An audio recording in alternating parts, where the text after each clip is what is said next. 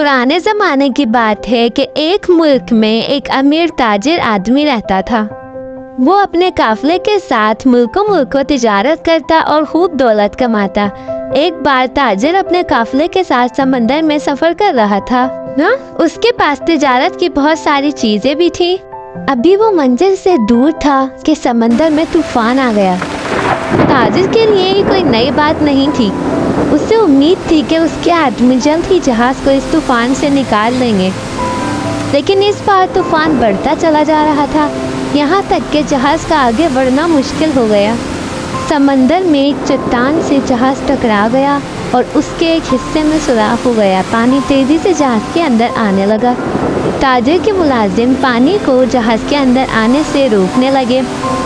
जब उन्होंने ताजिर को बताया कि अब वो जहाज को ज़्यादा देर तक नहीं बचा सकते, तो उसने जहाज में मौजूद छोटी कश्तियों के ज़रिए से किसी करीबी जजीरे का रुख करने का हुक्म दे दिया। बड़ी मुश्किल से जहाज में से जितना सामान बचाया जा सकता था वो सब ने मिलकर जजीरे पर उतार लिया और जहाज समंदर में डूब गया। ताजिर बहुत परेशान था। उस जजीरे पर मछेरों की एक छोटी सी बस्ती आबाद थी। उन्होंने ताजिर और उसके साथियों का अपना मेहमान बना लिया और खूब मेहमान नवाजी की।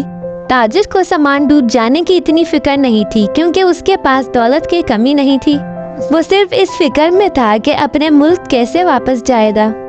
जहाज तो डूब ही चुका था और उस जजीरे पर जहाज का इंतजाम होना नामुमकिन दिखाई देता था। ताजिर ने ऐलान किया कि जो शख्स भी इसके लिए जल्द से जल्द बड़ी सी मजबूत कश्ती तैयार करेगा तो उसे मुंह मांगा इनाम दिया जाएगा। शुरू में ये काम आसान मालूम होता था, लेकिन जब कुछ लोगों ने काम शुरू किया तो उन्हें अंदाज़ा हुआ कि ये सब इतना आसान नहीं, क्योंकि उस दौरान जजीरे पर मजबूत लकड़ी बहुत ज़्यादा तादाद में मिलना मुश्किल थी। अगर मिल भी गई तो ताजिर के पूरे काफिले और सारे सामान के लिए बड़ी सी कश्ती बनाना तो कई महीनों का काम था। आहिस्ता आहिस्ता सब हिम्मत हारने लगे। 2 हफ्ते यूं ही गुजर गए। ताजिर बिल्कुल मायूस हो गया। उसी बस्ती में 3 मछेरे जो आपस में भाई थे, अपने बूढ़े वालिदैन के साथ रहा करते थे। बड़े भाई का नाम नट्ठू, दूसरे भाई का नाम फट्टू और छोटे भाई का नाम मट्ठू था। ये 3 भाई अक्सर जंगल में शिकार और तफरीह के लिए जाया करते थे और जंगल के चप्पे चप्पे से वाकिफ थे। वो एक ऐसे दरख्त से भी वाकिफ थे जिसकी लकड़ी जंगल के और दरख्तों से मुख्तलिफ थी, मजबूत और पायदार भी थी और बड़ी सी कश्ती बनाने के लिए काफी थी। सबसे पहले निट्टू को इस दरख्त का ख्याल आया, लेकिन उसने अपना ख्याल किसी पर जाहिर ना किया। उसे डर था कि कहीं कोई दूसरा पहले ये काम ना कर ले। यहाँ तक कि नट्ठू ने अपने घर वालों से भी जिक्र ना किया और चांदनी रात में चुपके से कुल्हाड़ा लेकर जंगल का रुख किया। दरख्त के पास पहुंचकर वो एक पत्थर पर कुल्हाड़ा रगड़ने लगा। इत्तेफाकन से एक बूढ़ा वहाँ आया और आकर एक करीबी चबूतरे पर बैठ गया। ये बूढ़ा एक जादूगर था और चांद की 14वीं, 15वीं और 16वीं रात को 3 अच्छे काम किया करता था।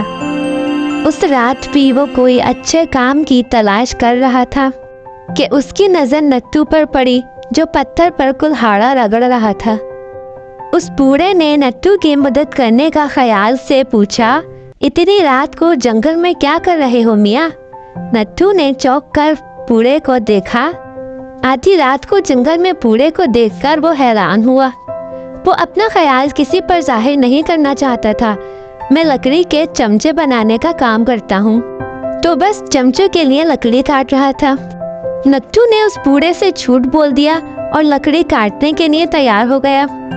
बूढ़ा खामोशी से उठा और मुस्कुराता हुआ एक तरफ चल दिया। उसने नट्टू की मदद करने का सोचा। एक दरख्त की आड़ में खड़े होकर उसने उंगली से दरख्त की जानिब इशारा किया और बोला, ठू ठू थन थन थाए लकड़ी के चमचे बन जाएं। जादू करके कहते ही दरख्त से तरह तरह लकड़ी के चमचों की बारिश होने लगी। छोटे बड़े लंबे गहरे चमचे, हर किस्म के चमचे बरसने लगे। ये मंजर देखकर तो नट्टू ऐसा घबराया कि कुल्हाड़ा वहीं फेंककर घर की जानिब दौड़ लगा दी। जादूगर ये सब देखकर बड़ा हैरान हुआ कि वो चमचे क्यों छोड़ गया। बहरहाल वो एक अच्छा काम कर चुका था अपने ख्याल में। उसने नट्टू की मदद की थी। उसे चमचे छोड़कर भागता देख जादूगर को बहुत गुस्सा आया। उसने उंगली से दरख्त की जानिब इशारा किया और बोला, नाले चमचे फाड़ में जाए, चमचों का दरख्त बन जाए। जादूगर के कहते ही यकायक चमचे वापस दरख्त में तब्दील हो गए। अगले दिन फट्टू को भी ये ख्याल आया, लेकिन उसने भी पूरा इनाम पाने के गर्ज से किसी से जिक्र न किया। आधी रात होते ही फट्टू चुपके से कुल्हाड़ा लिया और जंगल की तरफ चल दिया। दरख्त के पास पहुंचकर वो रुक गया और कुल्हाड़ा एक पत्थर पर रगड़ने लगा। जादूगर दूसरा अच्छा काम की तलाश कर रहा था। फट्टू के पास पहुंचकर रुक गया और उससे भी वही सवाल किया जो वो नट्टू से कर चुका था। फट्टू बूढ़े को देखकर हैरान हुआ, लेकिन उसने झूठ बोल दिया कि मैं लकड़ी के कटोरे बनाता हूँ, तो उसी के लिए लकड़ी काट रहा हूँ।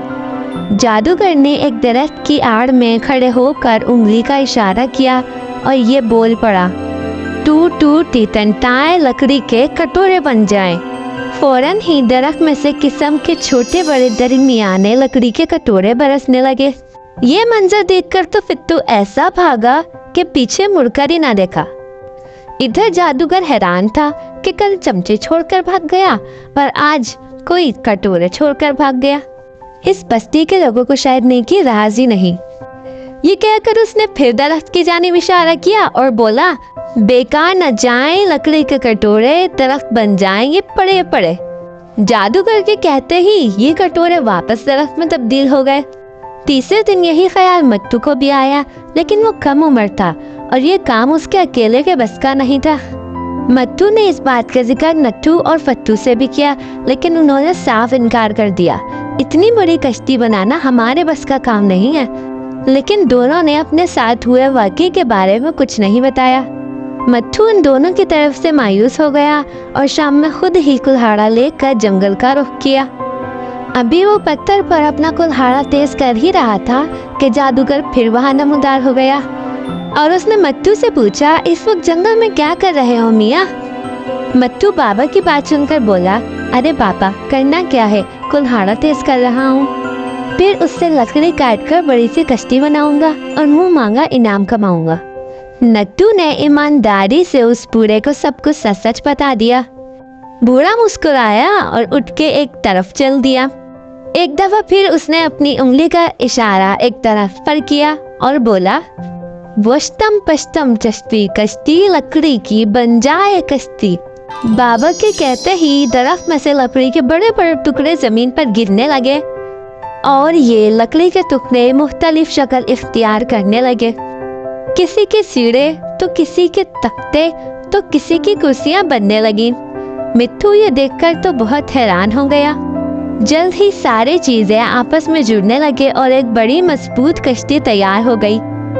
मट्टू की तो खुशी का कोई ठिकाना ही ना रहा। मट्टू दौड़ता हुआ ताजिर के पास पहुंचा और ताजिर को ये खुशखबरी सुनाई। ताजिर हड़बड़ा कर उठा और अपने काफले के साथ जंगल की तरफ रुख किया।